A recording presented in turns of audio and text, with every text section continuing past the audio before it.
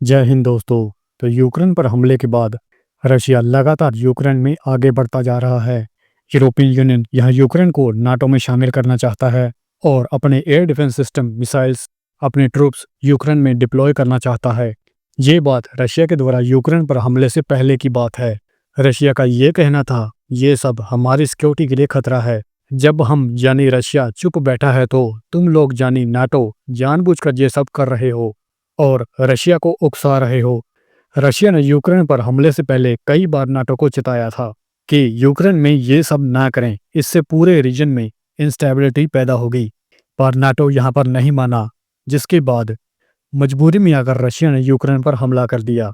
इसीलिए ट्रंप कई बार कहता है कि अगर वो राष्ट्रपति होता यानी बाइडेन की जगह तो यूक्रेन को नाटो मेंबर बनने की जिद नहीं करता और रशिया यूक्रेन पर हमला नहीं करता और ये युद्ध नहीं होता।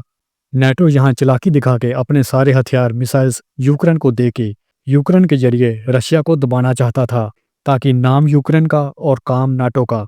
रशिया ने अब अपने डमी ड्रोन पोलैंड रोमानिया में भेजे ताकि नाटो को चिताया जाए, पर नाटो नहीं समझा। फिर रशिया ने एक कदम आगे जाकर अपने मिग-31 जेट एस्टोनिया के एयर स्पेस में भेजे, साथ ही साथ अपने 2 Tu-95 बॉम्बर और Su-35 जेट अलास्का की सीमा के पास भेजे।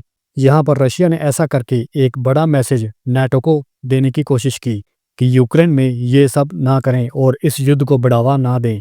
अलास्का में रशिया के द्वारा ऐसा करने के बाद यूएस कनाडा ने अपने जेट्स स्क्रैम्बल किए, जिसके बाद रशिया का ये कहना था कि अगर हमारा एक भी जेट गिरा तो ये वर्ल्ड वॉर होगी। रशिया के फॉरेन मिनिस्टर सर्गी लावरोव ने तो साफ साफ बोल दिया है कि नाटो रशिया के खिलाफ जंग की तैयारियां कर रहा है। यूएस के डिपार्टमेंट ऑफ वॉर के चीफ पीट हेग्सेथ ने अपने सभी जनरल्स को वर्जीनिया में एक इमरजेंसी मीटिंग के दौरान बुलाया है।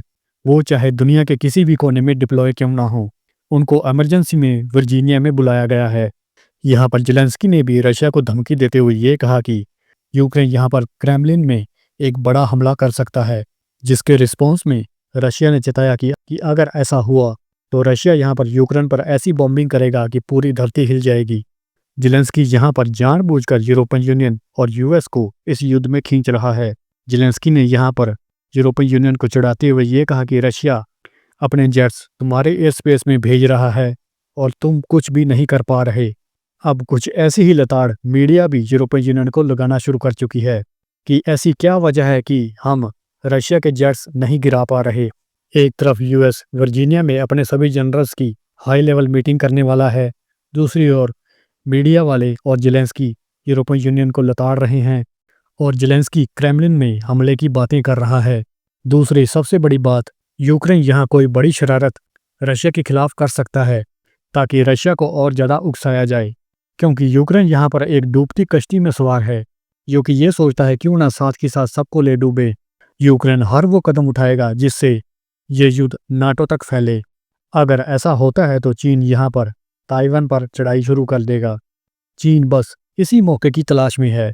भारत को भी यहाँ आने वाला वक्त पता है, इसलिए भारत भी जोर शोर से अपनी तैयारियों में लगा हुआ है। इसीलिए तो भारत ने पाकिस्तान के ऊपर अपने ऑपरेशन को होल्ड पे रखा हुआ है।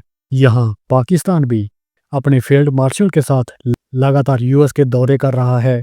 पाकिस्तान ट्रंप का पालतू बना हुआ है, दूसरी ओर ट्रंप भारत पे बिगड़ा हुआ है। ऐसे में भारत को हर कदम पर सावधान रहना होगा। यहाँ पर इजराइल और अरब के देशों में भी अग्रेशन बढ़ता ही जा रहा है। तो आज पूरी दुनिया बारूद के ढेर पर बैठी है, बस एक चिंगारी और महाविनाश।